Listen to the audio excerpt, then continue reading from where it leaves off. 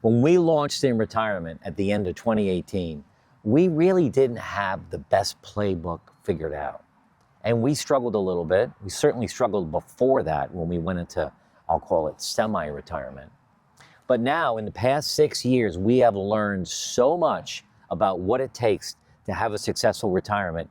We're so excited to share that with you today. Yeah, today we're going to share 6 years of our learning in retirement in just 10 minutes, including how we started and failed. Because I would say if you were grading us in the first 12 months of retirement, we would have been a big F. F for fail. Fail. Not F for fun. Well, fun. We'd be F for fun and F for failure. Yeah, we did. We really got ourselves into a lot of trouble. And if you're not new here, you've heard this story before, but if you're new, when Jody and I retired in 2018, we're in the middle of like a year-long journey, semi-retirement, traveling the world, visiting our kids, eating and drinking like crazy.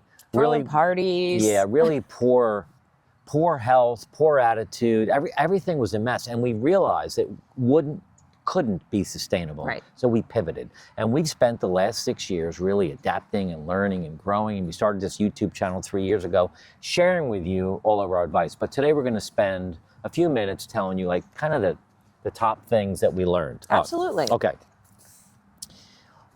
First thing, probably for us, the most important, but there's a lot of things that are the most important. But this one is to create a daily and morning routine in your retirement. It is a game changer.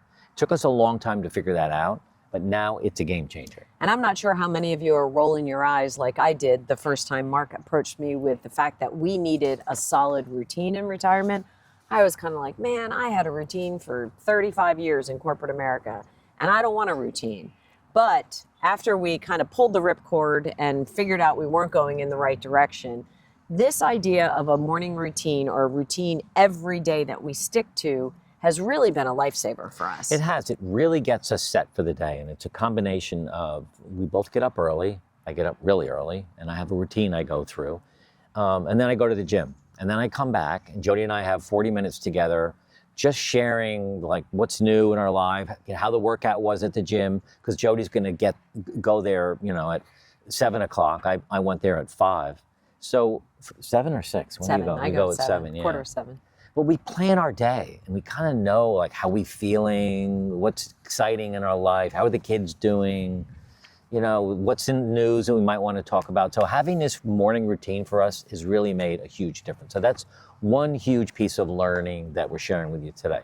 And one of the things, Mark gets up before me and leaves, but then I get up at like 5 or 5:15. So by the time you get home at 6:15, I've had an hour to walk the dog, get her set, get her fed. I've had a chance to peruse the news, the news cycles, whatever I think is important, to maybe write down some tips for what we're going to talk about at Retirement Transform for the day. Right. And then really assess, how am I feeling? How did I sleep? Right. Before you come in, and then we start to share some of that information. So, a lot of times when we pitch morning routine, people say, well, not everybody wants to do everything together. We're not suggesting that your morning routine be aligned with your spouse, partner, or significant other, right? You can do you, but have something that you cling to. And, maybe we're different than you. We're different than a lot of people. We don't watch a lot of news, so we don't have the TV on in the morning. Right. For us, that's a distraction. We're just with each other, being in the moment, checking in with each other, doing what we need to do. After that's over, if you want to watch TV and catch up on the news, you can. Sure. But we don't do that. We really start our mornings together. The second thing is investing in your physical health. And it's interesting because when I was at the gym this morning, Get Cat Fit here on Marco Island, up on the screen, it said that my 1-year anniversary of being a new member is tomorrow. And I thought about my journey since you and I joined the gym a year ago tomorrow has been dramatic.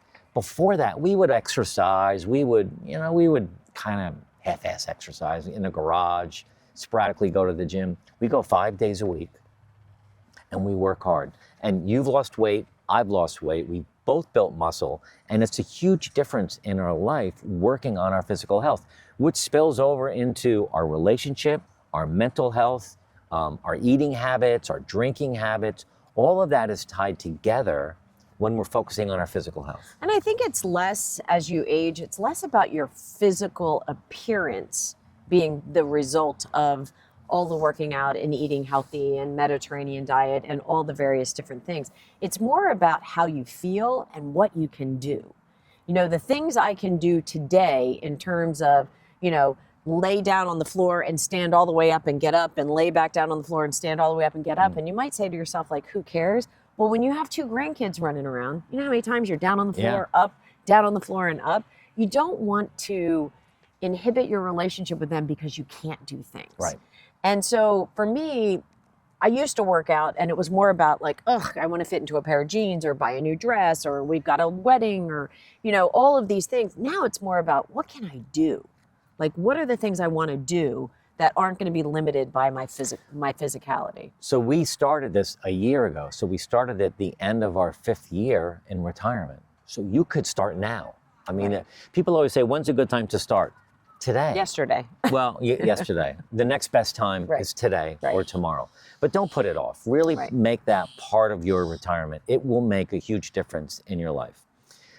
Relationships. You know, part of me joining the gym, when I look a year later now, I have a whole community of people at that gym who are all dedicated to making themselves healthier. So having really good, strong relationships in your retirement is imperative to a successful retirement. And I would say, you know, even prioritizing relationships, you know, was easy for us. It was actually easy for us to be married in 2 dual parent, working high pressure careers, because you kind of had an excuse to be a jerk, you know? You kind of had an excuse, like, I had a rotten day, like, I'm so busy, like, I have to travel tomorrow, like, you had excuses for being kind of a little prickly. You know, in retirement, you own all of your time. You own your emotions, you own your actions and your feelings, and you have to prioritize the relationship, the communication, and the importance that the person has, giving people space and holding space for them to be who they are. So you didn't have to do that as much, I don't think, in your career. No, and I think it sounds a little bit like you're talking about our relationship, which is primary and really important, and giving each other the space and the grace and all of that. But then building a community of, we have couples who are friends, I have guy friends, you have women friends, we have our kids, their spouses and partners. It's our community is getting larger and different, and we're putting up boundaries. So we're picking the kind of people that we want to be with. We're getting better at saying, you know what? That couple isn't really serving us well in this phase of life. In fact, and we just kind of you know, it fades away. We let them fade away. We met a couple the other day. We were just having coffee and we happened to connect. They had a beautiful dog, and I'm a huge dog lover. And anyway, so we connected over their dog Finnegan, and we were back and forth. And they actually have a mantra in their relationships. They do not allow negative people into their world. Yep. They both had stressful, busy government jobs. I'll just leave it at that. And they just decided we just do not invite or entertain anybody negative in our life. So they really prioritize relationships. So that was number 3, relationships. Number 4, and this is hard for a lot of people, and you know, we still work on this ourselves too, is developing a sense of purpose. And we're digging deep into this in some research, taking an online course, reading a lot of books, because we know that a lot of retirees really struggle with finding their purpose. So you're going to hear more about that from us, but we have gotten really clear on what our purpose is. And it's not one thing. It's not one big thing. It's not retirement transformed is our one purpose. It is a purpose, and it's a big purpose.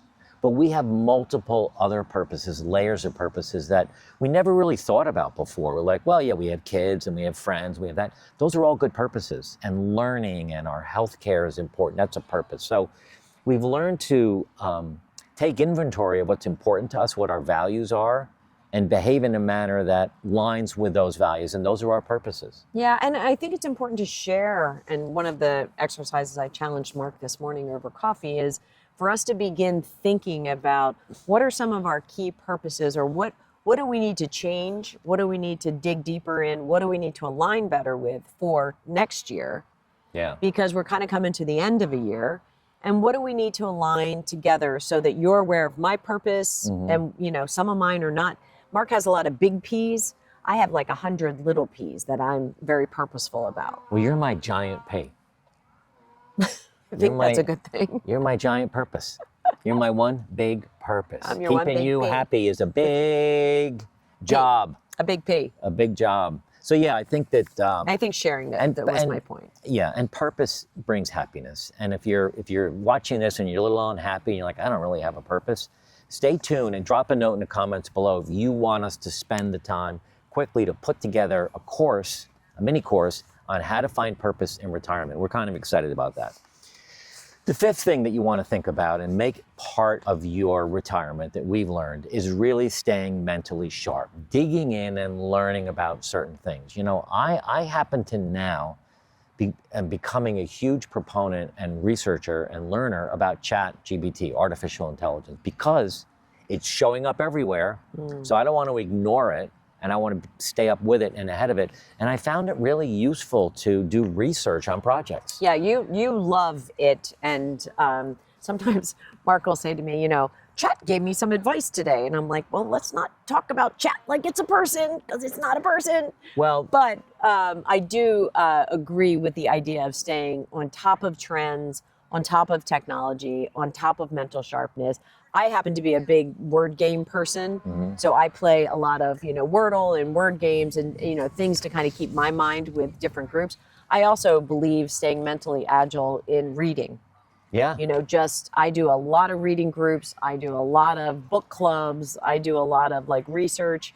So it's really finding what stretches your mind. Yeah. For you, it's the chat, the AI, and the technology. I'm a little less that, and I'm a little bit more on the traditional side. We both are big believers in long life learning, taking courses online, reading books. We're in the middle of a 11-week online course now. That's 2 hours every Monday from with about 2 hours of homework 6 to 8 o'clock at night. There's 300 people in there, and then you break into groups of 3, and you're doing hard work trying to learn stuff. So that really challenges your brain and gets you thinking. So that's really an important part of retirement. Stay sharp, because you always did during your career, right?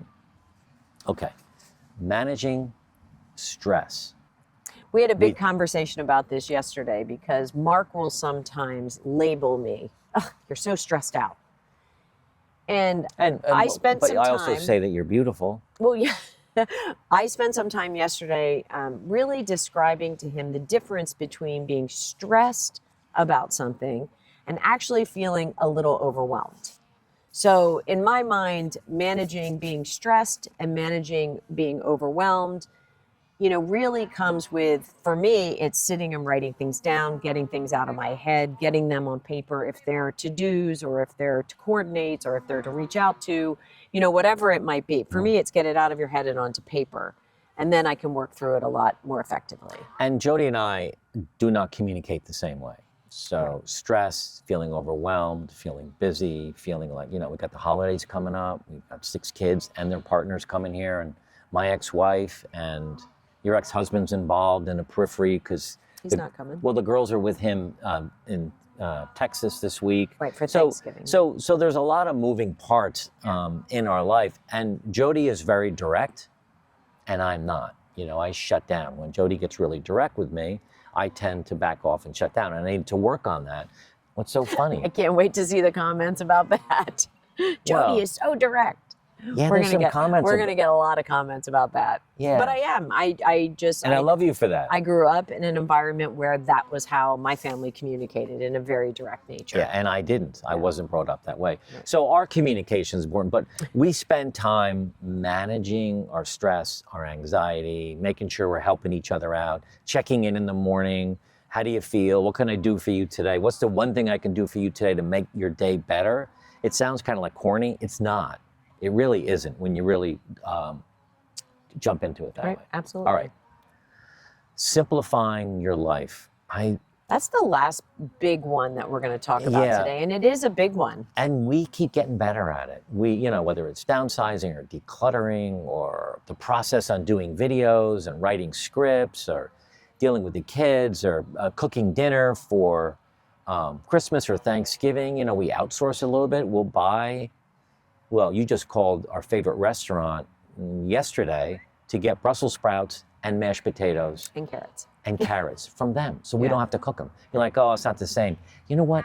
It's simplifying it. We would rather sit around and chat with the kids and play a game than we would standing over the stove cooking carrots and green beans and everything else. Well, I think so that's one example of Right. simplifying our life as we get deeper into retirement. And really, if you think about that, you know, we want to make our time with people, so our kids, our neighbors, whatever, more about the people, less about the food, but also have good food. Yeah.